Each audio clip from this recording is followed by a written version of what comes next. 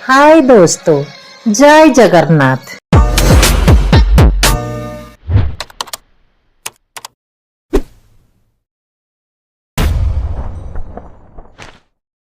अब हम देखेंगे गोमती नदी जो द्वारिका में है।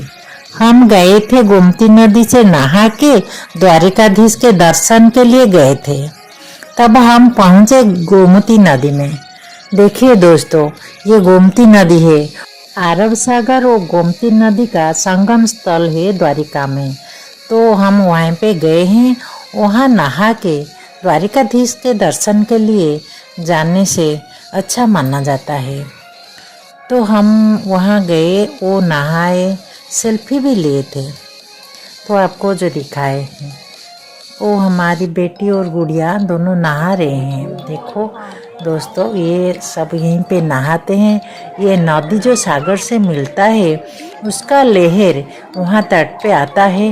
वो मज़ा आता है नहाने में भी।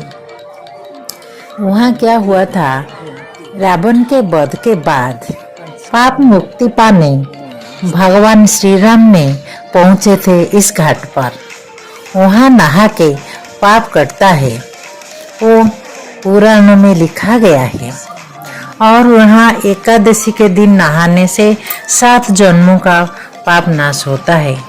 वहाँ जो हमारे पितृपुरुषों है उनको पानी चढ़ाने से उनका भी उद्धार हो जाता है। वह सब पुराणों में लिखा गया है दोस्तों। देखिए कितना सुंदर है।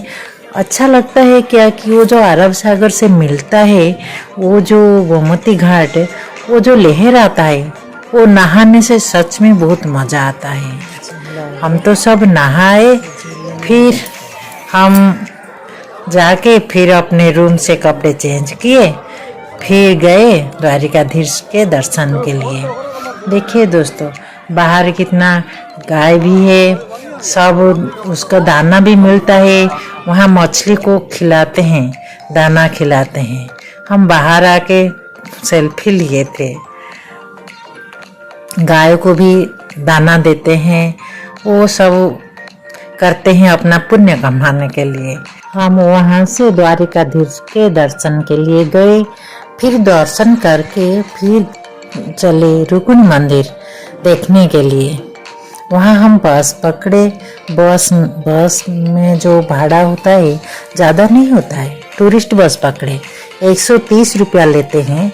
वो मंदिर घुमाते हैं, नागेश्वर मंदिर, रुक्मिणी मंदिर और कितने सारे 5 मंदिर घुमाते हैं। और हम गए रुक्मिणी मंदिर। अब उतरे, देखिए रुक्मिणी मंदिर देख रहे हैं। रुक्मिणी मंदिर के ध्वज लंबाई 13 मीटर है, जो हवा से लहराते हैं पर बहुत शानदार दृश्य करता है। और आपके कोई मन्नत वो पूरी हो जाता है तो ये ध्वज चढ़ा सकते हैं। मंदिर द्वारिका नगरी के बाहर और द्वारिकाधीश के मंदिर से दूर क्यों बनाया गया है, ये विषय में भी पौराणिक कथा है। वहाँ रुक्मिणी मंदिर के आगे एक पंडित है, वो सबको वो समझाते हैं। हम लाइन पे खड़े हैं।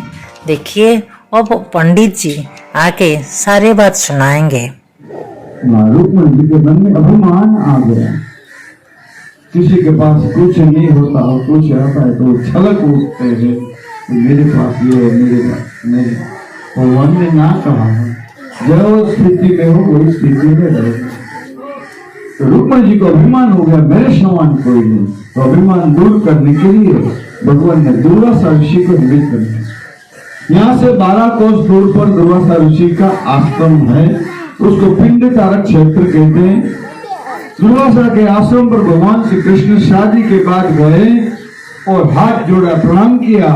दुर्वासा को विनती किया कि हमारे भोजन के लिए द्वारका पधारो। दुर्वासा ऋषि ने कहा मैं तो दिया, और रुक्मिणी जी ने पानी पी लिया।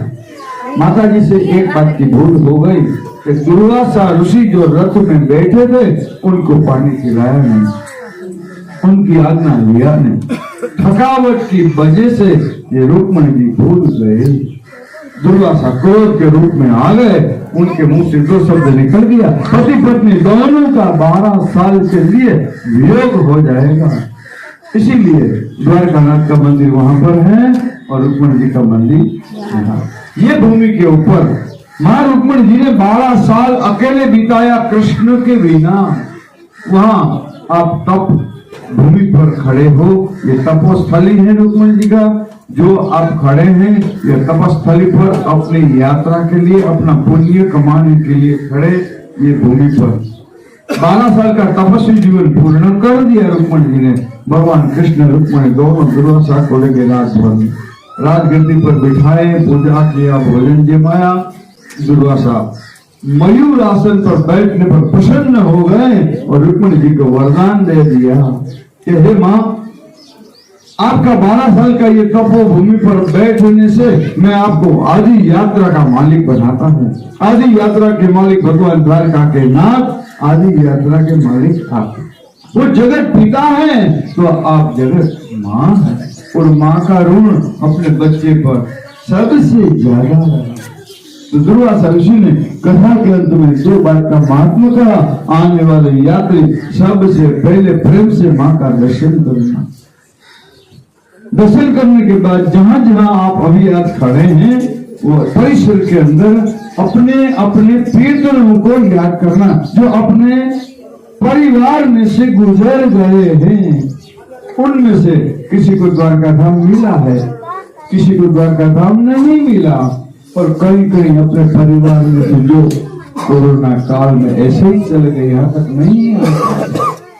ऐसे जीव की शांति के लिए ये भूमि के ऊपर पानी का दान देने का दुर्वासा ऋषि ने महत्व बताया।